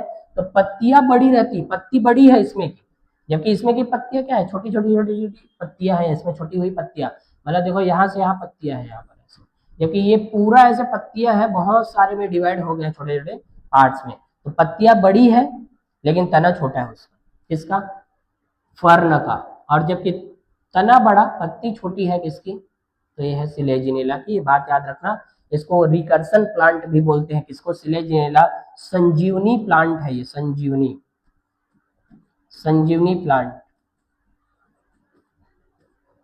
मतलब है ना, रामायण की कुछ बात याद होगी तो जब लक्ष्मण मुरझा गए थे तो उस टाइम में, है ना, हनुमान जी के द्वारा जो लाया गया प्लांट था, जड़ी बूटी, है ना, वो यही था, कौन सा, सिलेजिनेला। संजीवनी प्लांट होती है, रिकर्सन प्लांट है। मतलब इसके अंदर ऐसे शक्ति होती है कि जो मृत रहते हैं उसको भी जीवित कर देती है ना, तो याद रखना, ठीक है। संजीवनी प्लांट होती है कौन, सिलेजिनेला, ठीक है, तो याद रखेंगे इसको। उसके आगे और देखें, टेरिडोफाइटा का आर्थिक महत्व के बारे में जानते हैं, है ना। इसका उपयोग औषधि प्रयोजनों के लिए किया जाता है। देखो औषधि, संजीवनी पौधा था वो, और औषधि गुण के लिए इसका उपयोग किया जाता है। इनका उपयोग मिट्टी को बांधने के लिए भी किया जाता है। इन्हें सजावटी पौधों के रूप में भी उगाया जाता है, बताया ना, बुके वगैरह इसी से बनते हैं। मतलब इसका व्यावसायिक बहुत ज्यादा उपयोग है, किसका, टेरिडोफाइटा का। इसका पूरा बुके वगैरह सब बनते हैं। छोटे छोटे प्लांट्स वगैरह दिख जाएंगे ऐसे, जैसे रेड रेडले स्नेक फर्न वगैरह, रेडले स्नेक फर्न ऐसे दिखाई दे रहा है, ब्रेकन फर्न। फर्न की अलग अलग प्रजातियां होती है ना, वो तो बाद में पढ़ते हैं उन सब के बारे में, जो आगे चल के एमएससी वगैरह करते हैं बॉटनी में उन सबको, है ना, तो उन लोग पढ़ते हैं। अभी याद रखना कुछ डायग्राम जो दिया है यहाँ से हम देख सकते हैं, एस्पेरेगस फर्न वगैरह जो दिखाई दे रही है, ड्रायोप्टेरिस, एर्थियोसनोरा फर्न है, ये एक्टिनोस्टेरिस, ये सब फर्न है। सब क्या है, वो टेरिडोफाइटा। सबका आर्थिक महत्व है, कुछ का आर्थिक महत्व औषधि के रूप में होता है, कुछ का उपयोग मिट्टी के जड़ को बांधने के लिए किया जाता है, कुछ जो रहते हैं सजावटी पौधों के रूप में उपयोग किया जाता है। तो ज्यादातर इन लोग में जो होते हैं ऑर्नामेंटल फर्न्स है, मतलब बोलते हैं सजावटी वाले। ऑर्नामेंट्स का मतलब होता है सजावट, ठीक है। टेरिडोफाइटा में आगे जानते हैं, बीजाणु जनित पौधों में बीजाणु ग्रसनी होते हैं, जिनके भीतर जिनके नीचे स्पोरोफिल नामक पत्ती जैसी संरचना होती है, इसमें स्पोरोफिल होते हैं। अभी पढ़े हम लोग माइक्रो स्पोरोफिल एंड, है ना, माइक्रो स्पोरोफिल एंड में मैक्रो स्पोरोफिल होती है दोनों। तो इसके नीचे में होती है इसके स्टेजेस, है ना, देख सकते हैं हम लोग। अभी इसके बारे में पढ़ेंगे भी तो समझ आएगा ये क्या बोल रहे हैं। कुछ मामलों में स्पोरोफिल्स स्ट्रोबिली या शंकु नामक विशिष्ट संघन संरचनाएं बनाते हैं। उदाहरण के लिए स्लेजिनेला इक्विसिटम, बहुत इंपॉर्टेंट है, याद रखना। शंकु किसमें बनती है पूछेंगे, कोन्स वगैरह किसमें बनती है, तो कोन्स एक्चुअल में है कुछ नहीं, कोन्स है क्या, तो स्पोरोफिल ही। स्पोरोफिल का मतलब पत्ती। ये पत्ती ही क्या हो जाती है, आपस में सभी लोग शामिल हो जाते हैं ना, एक ही में जुड़ जाती है पत्तियां। जैसे देखे होंगे जब आम वगैरह का पेड़ देखे होंगे तो जो छोटी चिट्टी रहती है ना, वो रेड वाली, वो लोग क्या करते हैं, सभी पत्तियों को इकट्ठा करके अपने लिए घर बनाए रहते हैं। तो वो इन लोग क्या करते हैं, नेचुरली रूप से पत्तियां ही इकट्ठा होकर स्ट्रोबिलस या आप क्या बनाए हुए रहते हैं, कोन्स बनाए हुए रहते हैं। ये बात याद रखना इंपॉर्टेंट है, ठीक है।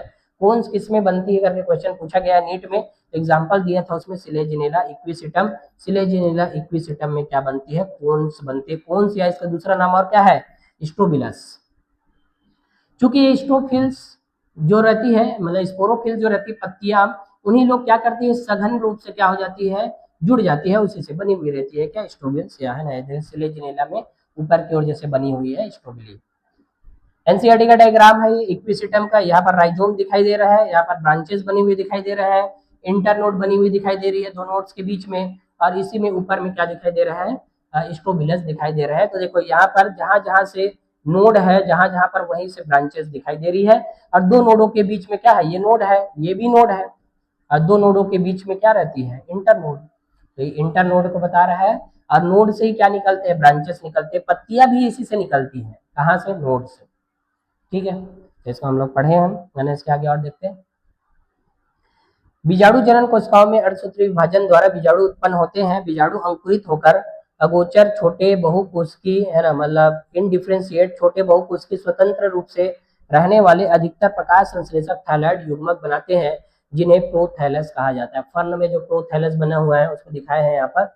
जैसे देखें यहाँ पर गेमिटोफाइट है ये वाली स्टेजेस, और गेमिटोफाइट से क्या बनी हुई है, स्पोरोफाइट वाले स्टेज बने, ये पूरा स्पोरोफाइट।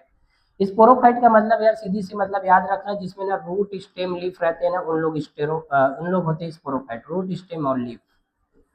ये तीनों में से कोई भी स्ट्रक्चर रहेगा ना, वो क्या है, स्पोरोफाइटिक होते हैं। जबकि उसके अलावा और जो सेक्सुअल रिप्रोडक्शन में शामिल होने वाले जितने भी मतलब थिंग्स होते हैं या जो बनते हैं, जो पदार्थ बनती है, वो क्या होते हैं, गेमेटोफाइट होते हैं। तो गेमेटोफाइट वाले से ही क्या बना हुआ रहता है, स्पोरोफाइट बना हुआ रहता है। तो देखें, बीजाणु जनक कोशिकाओं में अर्धसूत्री विभाजन द्वारा बीजाणु उत्पन्न किया जाता है स्पोरोजिनस टिश्यूओं में, सेल्स में। बीजाणु अंकुरित होकर, है ना, इन कॉन्सिपियस छोटे और बहुकोशिकीय स्वतंत्र रूप से रहने वाले अधिकतर प्रकाश संश्लेषक थैलाइड या युग्मक बनाते हैं, थैलाइड या युग्मक बनाएंगे, और जिन्हें क्या बोलेंगे, प्रोथैलस बोलेंगे। तो यहाँ पर देखें कि जब ये 2n कंडीशन में रहती है स्पोरोफाइट, तो उसमें क्या होती है, मियोसिस। अब मियोसिस होगा तो यहाँ से क्या बनेंगे, युग्मक बनेंगे, ये दोनों युग्मक है। अब ये युग्मक अलग अलग है, इनका नाम क्या है पता है, यहाँ पर बोलेंगे इसको प्रोथैलस। प्रोथैलस मतलब थैलस से पहले बनने वाली संरचना प्रोथैलस। थैलस रहता है, देखो इसका भी प्लांट बॉडी क्या रहता है, थोड़ा सा एडवांस है, थैलस तो नहीं रहता, थैलस पहले बनता है और थैलस के बाद में प्रॉपर्ली रूट स्टेम लीफ बनाने लग जाती है ये। तो शुरू में तो ऐसी टाइप के दिखेंगे, गेमेटोफाइट का मतलब देखो ये कैसे दिखाई दे रहा है, इसमें कोई रूट स्टेम लीफ बनी हुई दिखाई ही नहीं दे रही है, ये तो थैलस के रूप में ही दिखाई दे रही है। तो ये जो थैलस होती है ना, पहले गेमिट जो बनी हुई रहती है, स्पोर, स्पोर का मतलब क्या है, यहाँ पर गेमिट जो बनी है, यही क्या है, यही इसी में क्या होने वाला है, यही थैलॉइड बनाने वाली, तो थैलस बन रही है, और ये थैलस को हम क्या बोल रहे हैं, प्रोथैलस। तो बताओ प्रोथैलस किसमें बनती है वाला क्वेश्चन पूछेंगे, तो याद रखेंगे टेरिडोफाइटा में बनती है प्रोथैलस, है ना। थैलस से बनने वाली स्ट्रक्चर, पहले बनने वाली स्ट्रक्चर प्रोथैलस होती है, बात जानते हैं।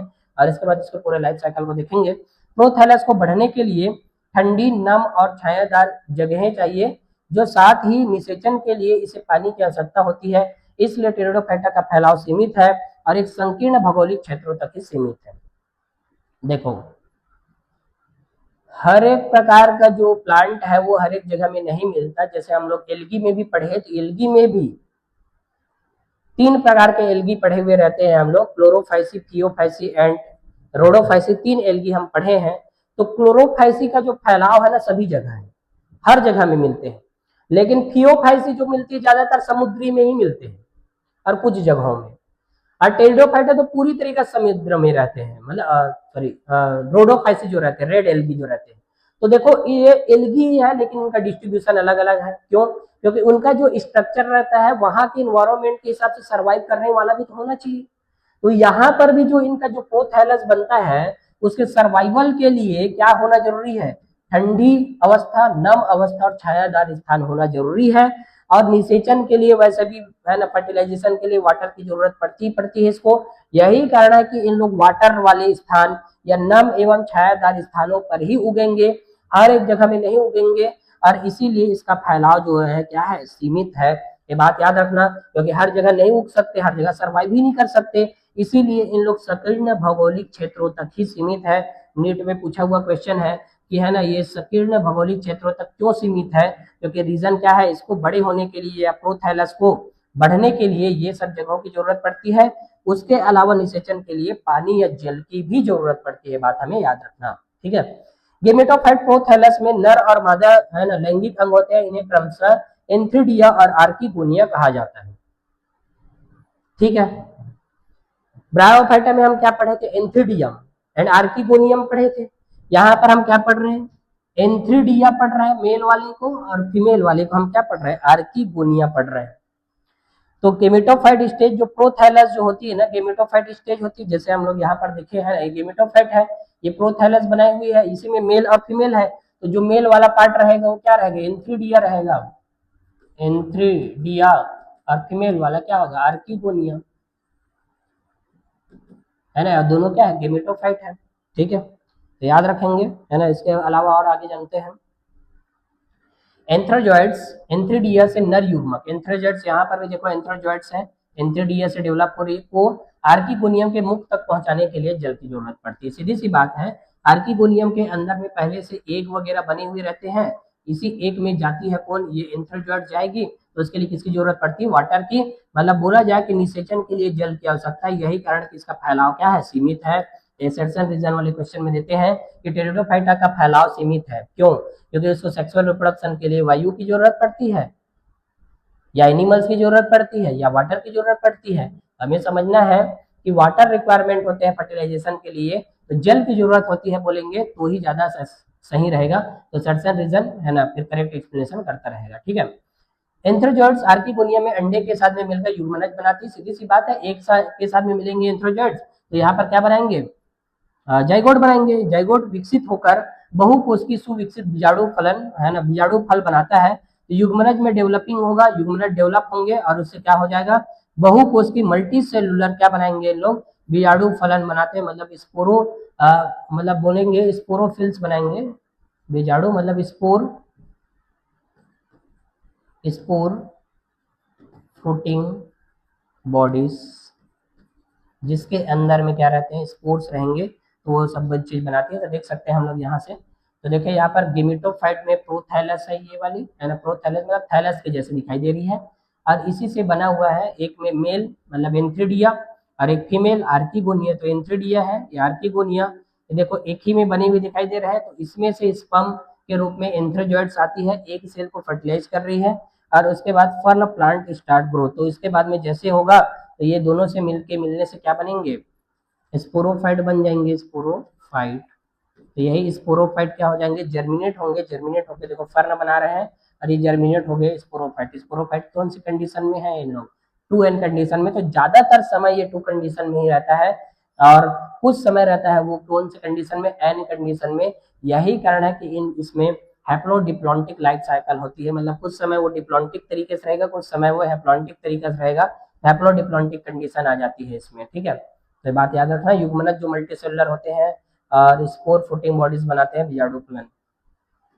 इसके अलावा और देखें, टेरिडोफाइटा में अधिकांश टेरिडोफाइटा एक ही प्रकार के बीजाणु उत्पन्न करते हैं, है ना। ये भी बात हमें जानना है कि बीजाणु जो रहती है वो, उसका साइज जब अलग अलग रहता है ना, तो क्या हो जाती है, वो हेट्रोस्पोरस हो जाती है। जबकि एक ही प्रकार के बीजाणु रहते हैं, जैसे हम लोग आइसो के भी पढ़े हुए रहते हैं वैसे टाइप का। तो देखो जो एक ही टाइप की स्ट्रक्चर, जैसे ये पूरा एक ही टाइप के हैं, तो एक ही टाइप के जब बीजाणु बनाते हैं ना, तो इसको हम लोग होमोस्पोरस बोलते हैं। और जब अलग अलग प्रकार के बीजाणु बनाएंगे, तब ये अलग है, ये अलग, ये ऐसा अलग, ये वाला और अलग हो गया ऐसे, तो इसको हम क्या बोलेंगे, हेट्रोस्पोरस बोलते हैं। तो अभी याद नहीं रखना इसको, हमें ये याद रखना कि टेरिडोफाइटा में होमोस्पोरस होता है कि हेट्रोस्पोरस।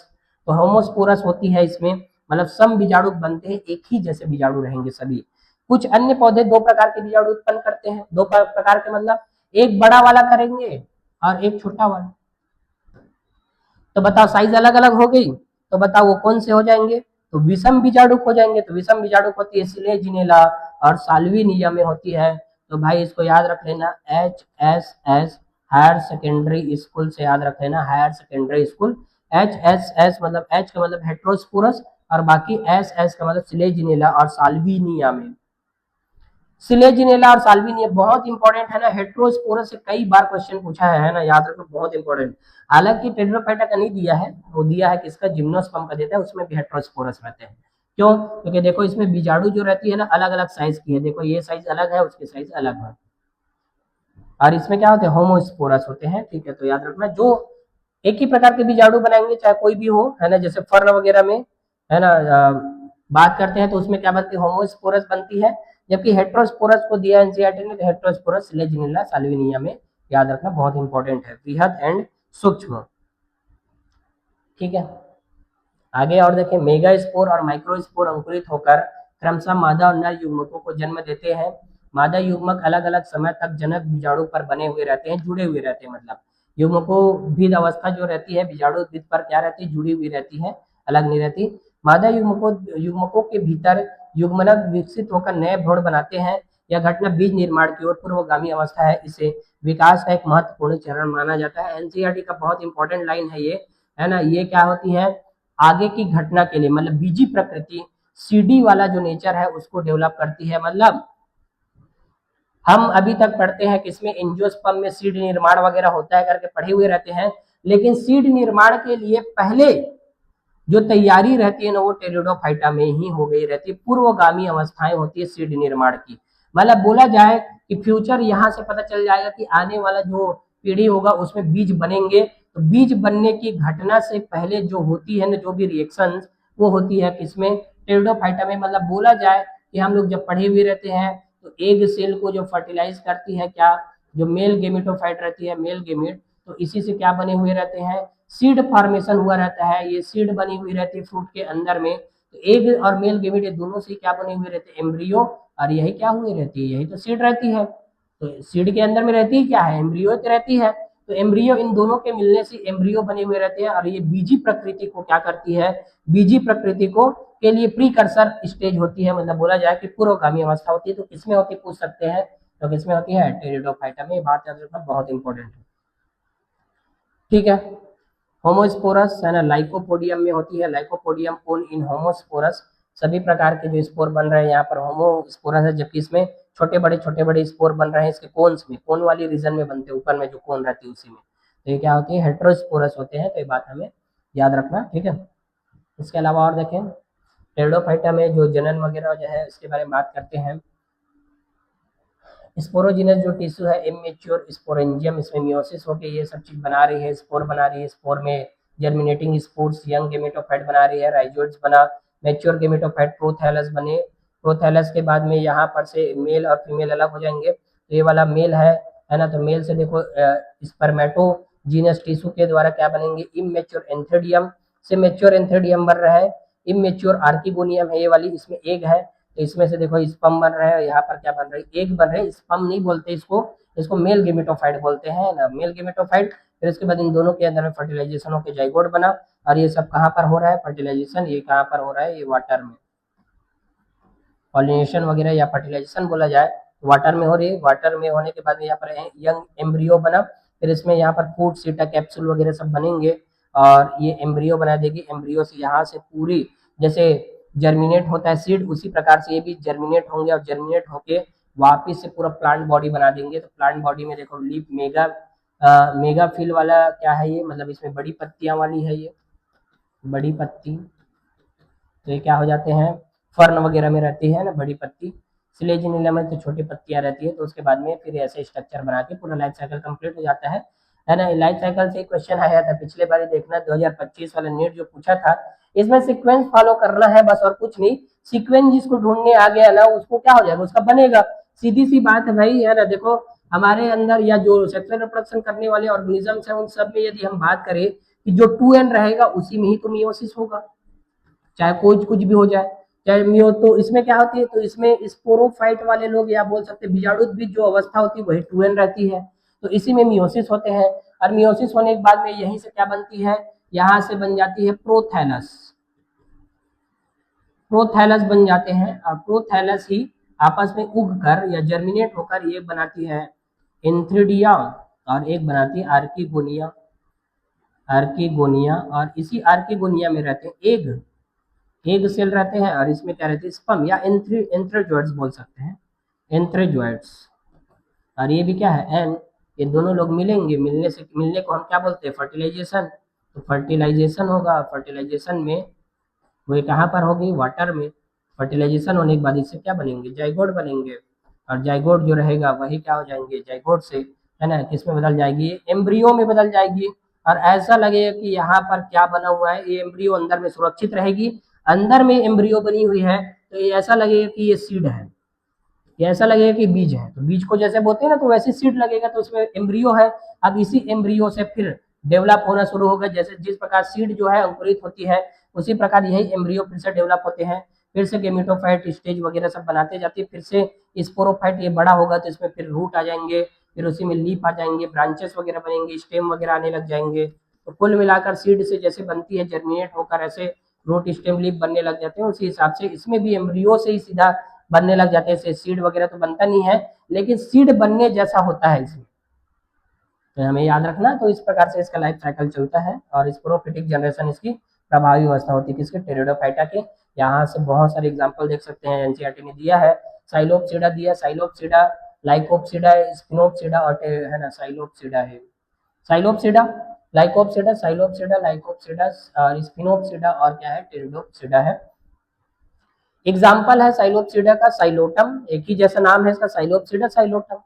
मैच द कॉलम वाले क्वेश्चन पूछ सकते हैं भाई। लाइकोपसीडा में लाइकोपोडियम है देखो, और लाइकोपोडियम के साथ में याद कर लेना लाइकोपसीडा, एल एस एल से याद रख लेना, या एल एल एस से। लाइकोपसीडा लाइकोपोडियम इसका एग्जांपल है, और दूसरा क्या, सिलेजिनेला। तो सिलेजिनेला किस में आती है, कौन से क्लास में आती है, पूछ सकते हैं, टेरिडोफाइटा के क्लास पूछ सकते हैं, क्लास वर्ग में। तो सिलेजिनेला किस में आती है पूछ सकते हैं, क्यों, क्योंकि देखो ये तो नाम के जैसा एक ही नाम है, ये भी एक ही जैसा नाम है इसका, इसमें भी स्पिनोप्सिडा में इक्विसिटा में ये थोड़ा सा अलग है ना, और टेरिडोप्सिटा में ड्रायोटेरिस और टेरिस एडियंटम, ड्रायोटेरिस और टेरिस तो इसके जैसा ही नाम है इसका, एडियंटम बस थोड़ा अलग से है ना। तो कुल मिलाकर जो अलग है वहां से क्वेश्चन बनाने के चांस रहते हैं। तो याद रखना लाइकोप्सिडा में सिलेजिनेला आती है, इससे क्वेश्चन पूछ सकते हैं, इंपॉर्टेंट है, ठीक है। किसमें, कौन से क्लास में आती है, टेरिडोफाइटा के करके पूछ सकते हैं। तो याद रखना एल एल एस से, याद रखना एल एल एस, मतलब लाइकोपोडियम, मतलब लाइकोप्सिडा, लाइकोपोडियम एंड सिलेजिनेला। साइलोप्सिडा में तो साइलोटम है, सीधी सी बात है। स्पिनोप्सिडा में इक्विसिटम है, एस ई से याद रख लेना, सी से, है ना, एस ई या ई एस से याद कर सकते हैं। टेरिडोप्सिटा, टेरिडोप्सिटा में टी से याद रखेंगे, ड्रायोटेरिस, टेरिस है ना, इसका टेरिस हम लोग पढ़ते हैं इसको, पी इसका साइलेंट है, टेरिस है। उसके अलावा और क्या है ना, ए डी टी ए से याद रख सकते हैं ना, टी टी डी ए से याद रख सकते हैं, टी टी डी ए से याद रख लेना। टायरोप्सिडा है ना, टेरोप्सिडा कौन होती है, ड्रायोप्टेरिस, टेरिस और एडियंटम होती है इसके क्लास, किसके, टेरिडोफाइटा के, ठीक है। तो ये बात हमें याद रखना है।